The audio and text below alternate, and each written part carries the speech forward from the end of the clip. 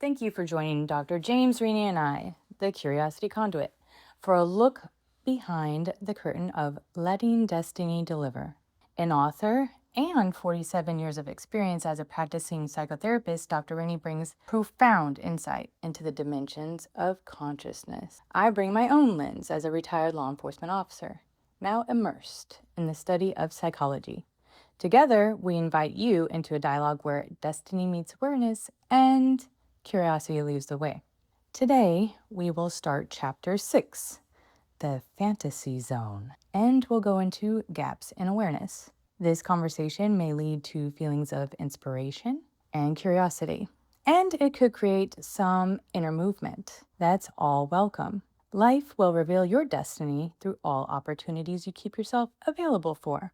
So allow yourself to stay open, and let's see what destiny delivers. So going into this first quote, it says, fantasy is indispensable as a tool because it allows us to plan, analyze, rehearse, visualize, and talk to ourselves. Okay, so I really hadn't thought about when you're talking to yourself or you're visualizing things, that is really fancy.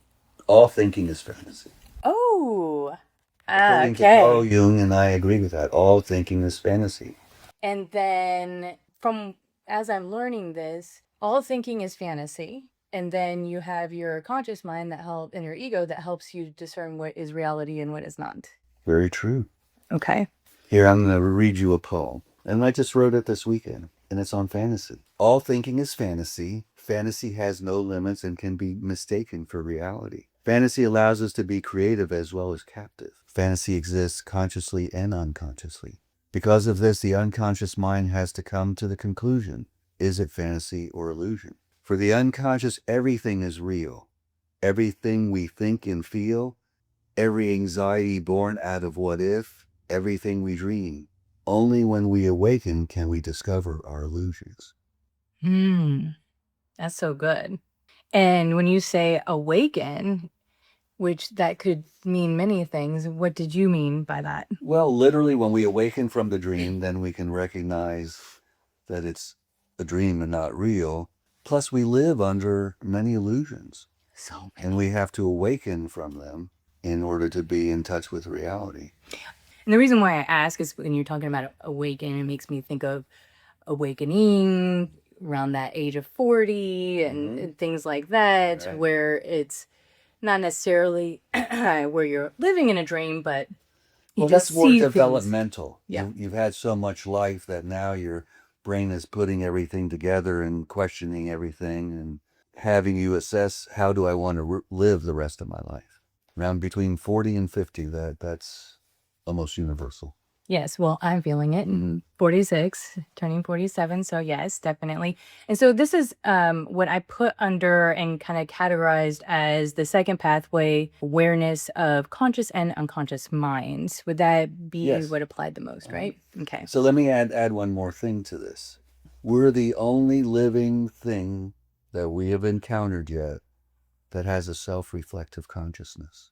So that's why fantasy allows us to plan and analyze and rehearse and visualize and reflect, because we have the conscious and unconscious, which allows us then to be self-reflective.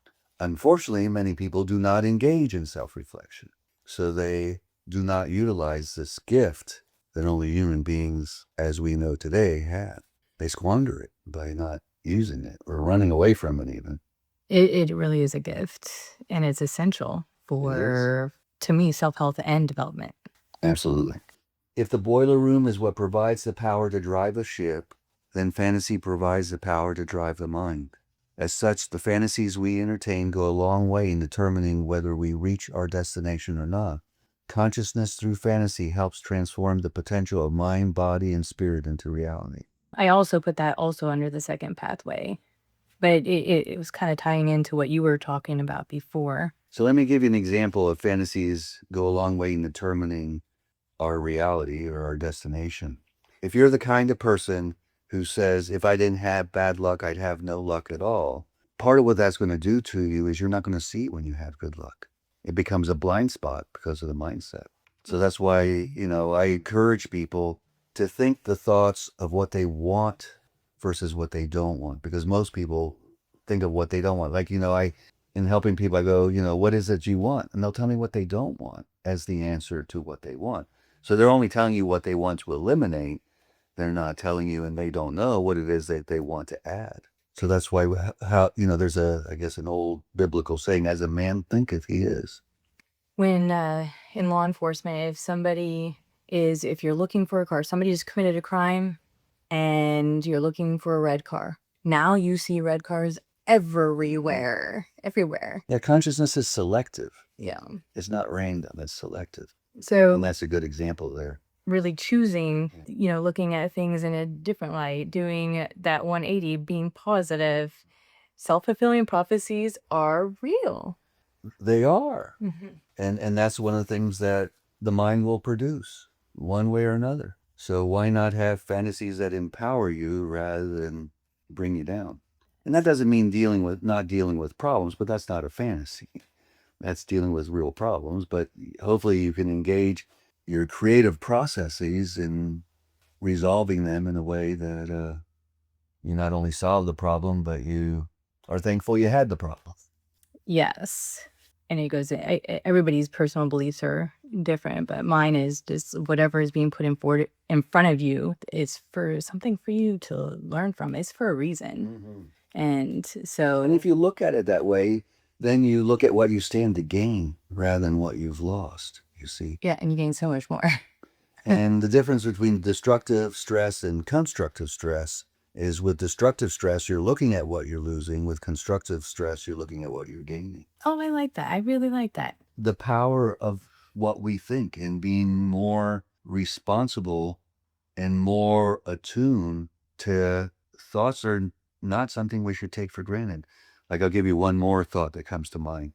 When people catastrophize or they worry, the unconscious doesn't know it's a fantasy. They think it thinks it's really going on because they can't discern fantasy from reality. So, of course, if you think about trauma you've had, your body's going to respond as if you're going through that trauma right now. Because mind and body are one.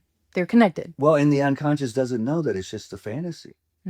Like, we wake up, oh, it's a dream, Yeah. So that's why I say it's very important to be mindful and responsible with your thoughts. Oh. Now, there are intrusive thoughts, and we can't control that, but the thoughts we can control, to, again, realize that the contents of your thought go a long way in determining your physical and mental well-being. So I have an example of this, and it was real live, and I was able to watch this yesterday. I have a family member, and they have diabetes. And yesterday they received some stressful news. Well, I happened to be connected to an app to where I could see blood sugar. I literally sat there. It's not heart rate, it is blood sugar, and watched after, and I could see the moment and the delay and everything like that. The blood sugar was spiking like 30 points or grams or whatever it is, 30 higher, as they were digesting the stressful news. And so that's an example of what they're experiencing in their mind, and it's connected to the body. Blood sugar, yeah. Right. I had a client, he is an attorney, and he got a glucose monitor because he wanted to do that. And he said, I can control diet and exercise, but the one thing he found out, that stress is the one thing that most impacted his blood sugar. Yes, and that's facts. Yeah. Yep. And, life is full of stress. It is not going to go away, I suppose. It depends on how you manage it, though, if it turns into that way. See, that brings me to, again, how you think about something. So your mindsets or beliefs. Yeah, so right? I have a mindset that stress really makes me stronger and healthier, which is contrary to the common notions of what stress does. I also share that belief. And the proof of it is, because most people think you're crazy when you say that, is weightlifting. You're tearing the muscle up, you're tearing it down. But in tearing it down, you're building it up. So looking at stress, again, is something that you can gain. You can gain from it, because the other saying is, that which doesn't kill you makes you stronger, which is another proof that stress can really be beneficial. Well, it is beneficial. And you see, when people are the highest functioning, and who are people who I name as beasts, who are just operating at the highest levels, they Yeah, but you they've know? mastered the ability to handle stress. Okay. The And what's the common everyday difference? person, not so much. Right, okay. But this is I mean, where, they'll drink or they'll yeah, drug or they'll smoke or they'll oversleep or, things none of which are good for you. right, because they have all the, Or maybe they'll become hostile or violent or mean or none of those things are good for you. very true. So the questions remain. Will this infinite stream of information and knowledge empower us to grow, or will it drown us in a flood of babble? Will we use fantasy to distort and destroy, or to discover and develop? Will we fill the gaps in awareness with toxicity or nourishment? And I applied the fourth pathway: avoid passive information processing, because it just felt like it fit Perfect. the No, I think it's very most good. You're right. with this. See, now you have to appreciate again that I wrote this 35 years ago, these questions. Mm-hmm. So the answer is the questions have been answered to a large extent. Mm-hmm. And unfortunately, we haven't used it to empower us to grow. And we are drowning in a flood of babble. And it is being used to distort or destroy rather than discover and develop. You're talking about in society, right? As a Yeah, group. yeah. Human. Yes, socially speaking. Yes, okay. Which then impacts the individual because It does. And that passive information is so important. I can tell you about a week and a half ago, I completely got off of social, to where if I got a message and I need to check it for the business or something like that, I do that. But no more doom scrolling, no more, not even things that I was interested in. I'm focusing on other stuff right now, but it's more human contact and more human interaction, more fruitful things than the emptiness of that doom scrolling and fake internet, social media. Well, I like the way you've tied that into passive information processing as it is. It's super passive. Like, I feel better. I'm dealing with a lot of stuff and managing it, but I feel better just for doing that and making adjustments. Yeah, because you're not taking in all that information. We are information processing machines. And there's cognitive information and there's non-cognitive information. Cognitive information is, again, our thinking, our fantasy.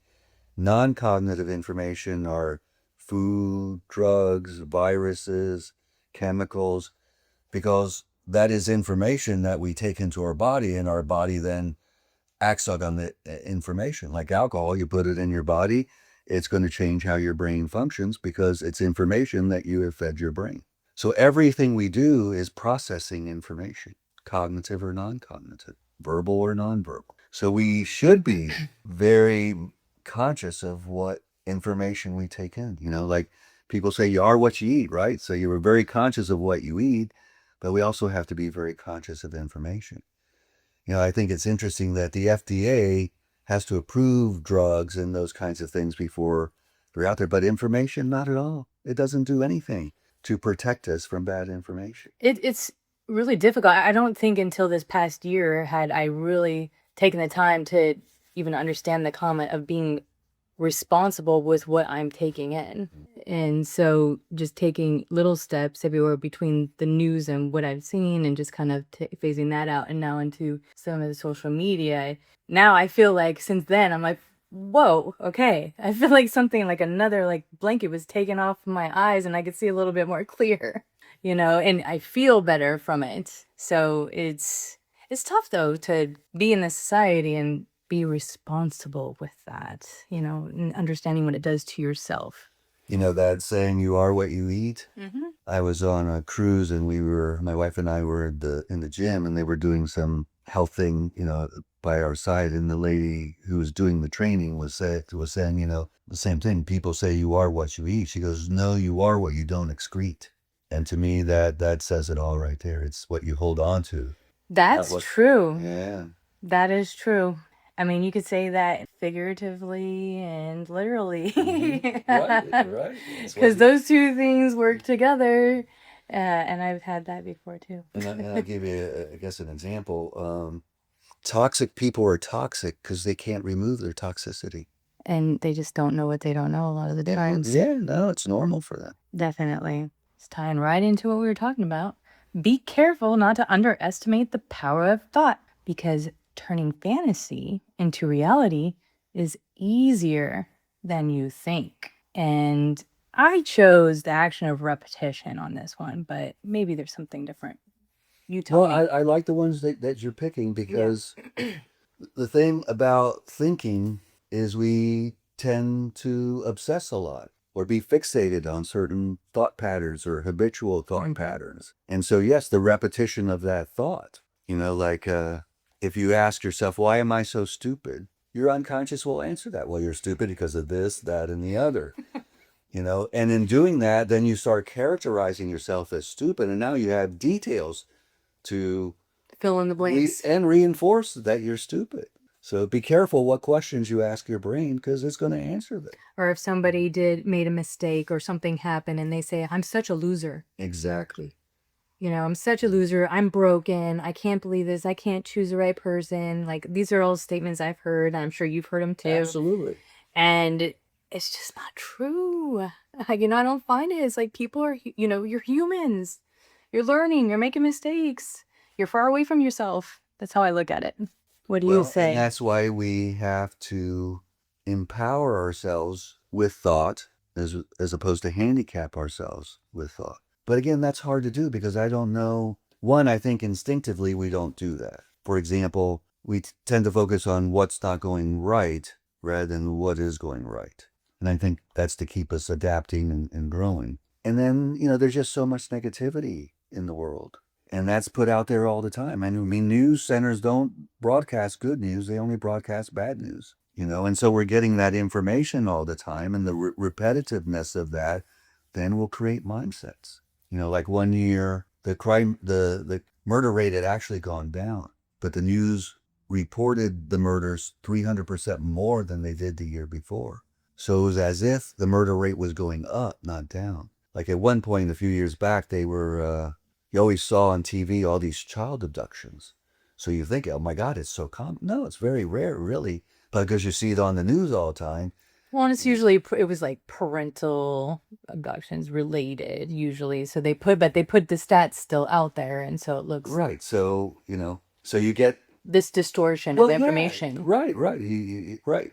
And then, because we know that the fear of, for instance, crime opposed to actual crime is worse. Right. Because it's so put out there all the time. Yeah. And then you're constantly worrying about it when statistically you may never even see it. And another reason not to be passive about acquiring information. Yes. So difficult, though.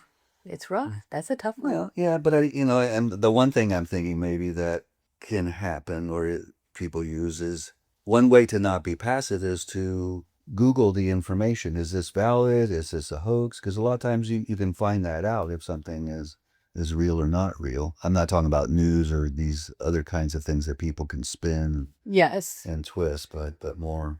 It's so tough. And then does it even matter to where you got to look it up? I look at that too. That's a good point. Yeah. Does it matter? Are you wasting your time and looking at something that doesn't even matter and you could literally take that moment to do something nice or kind for yourself? Well, here's another that people are passive about information without quite realizing it. They only listen to people who say what they want to hear. And that makes you passive about information because you're looking for validation of what you think as opposed to, well, am I missing something here? Right. And that doesn't help with the opposing forces within. It doesn't. But unfortunately, human nature is we want to be told we want to hear what we already believe. The same opposing forces that drive human nature and human consciousness also create gaps in our awareness. These gaps are dynamic as they compel us to fill them with either fantasy or action. How we fill these gaps determine whether we achieve self-health or self-sabotage. Okay, so what are you saying there? So what we don't know can work against us. They used to say ignorance is bliss, right? They may still say it, but... sometimes I think it's true. maybe not. I don't know. Depends on what it is, I suppose. Well, it may be true, but I prefer not to be ignorant. Yes. I'd rather go through the suffering and the pain than not be ignorant. I agree with you. Be happy, fat, and ignorant, I agree with you. All right, so, there's a saying I like, people don't even know they don't know. That's a huge gap. Let's say you're under some legal action which is stressful because you don't know how it's going to turn out. So people can fill that gap with drugs and alcohol and all kinds of things that are not good for them and probably is not going to help them fill the gap. But that's how they fill that gap until they have the actual knowledge, which says you're either guilty or not guilty. See, Or you just pay a shark of a Yes, lawyer yeah. and it's you never can gonna afford get. one, you can. And that's most people to do that. No, I know some people can't. I Yeah. understand. But so there's gaps all over the place, you know. So be mindful how you fill in the unknown.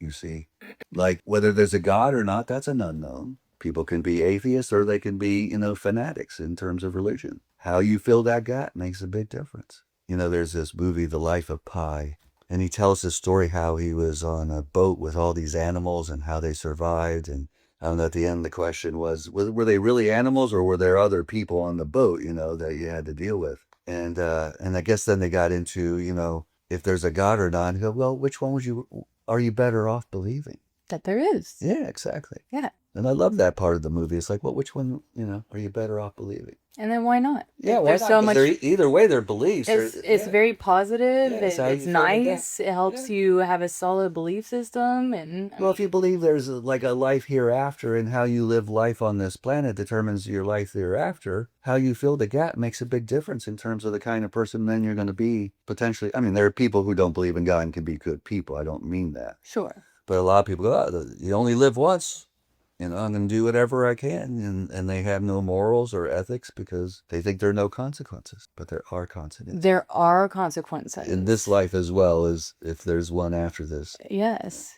And what I just see, it's usually, there are consequences to the person, but I am finding as I'm just a student and looking around that there's just a lot of consequences that affect the people around them a lot of times. So that's what I see. But I guess it depends. Well, let's Like say, their actions and stuff, people's actions.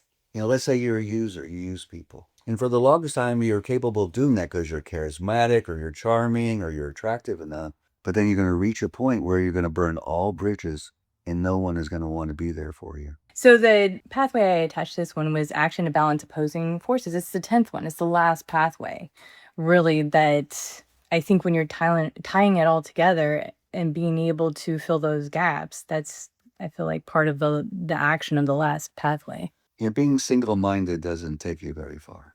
True. And being black and white doesn't help either because you're looking at the opposing forces, but you're only looking at them in one state, extreme states. It's those opposing forces have all, you know, it's like Earth, you know, there are lots of planets, but only one planet is going to be the right distance from the sun to produce light.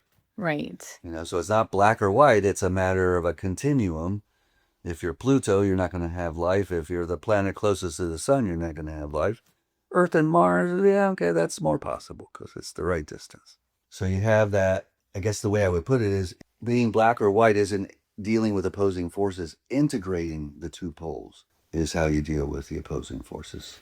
And that makes more sense to me because when I visualize a certain situation, I'm seeing myself at times where I'm on this like teeter-totter. And then sometimes I'm going a little further on the teeter-totter. Well, then the other side starts to come up higher and you're like, whoa, and you gotta like dive and Oh, teeter-totter's a great you know, and analogy, you're yeah. diving. Sometimes you're just going a little bit and sometimes you're diving on both sides to get this going and you're like, okay, let me go right more in the center so it's a little bit more balanced, but it's never perfect. It's always moving. Well, see, the other thing I like about teeter-totter, a teeter-totter is in order for it to be fun, you got to be going up and down, back and forth. Yes. If you're stuck at top or the bottom, Well, you gotta have fun, you know? you have to have the dynamic. You have to have motion in there. Yes. No, for sure. I completely agree. Anything else on that? No, I'm good. Okay. Thank you for joining Dr. Rini and I on this journey behind the curtain of letting destiny deliver. Join us next time as we will discuss the multi-dimensional nature of meaning. Remember to subscribe and like, and questions or comments are welcome below. Now ask yourself, what part of your life might destiny be trying to speak through right now? Keep exploring, stay curious, and remember, destiny isn't something you chase, it's something you allow. Until next time, be well.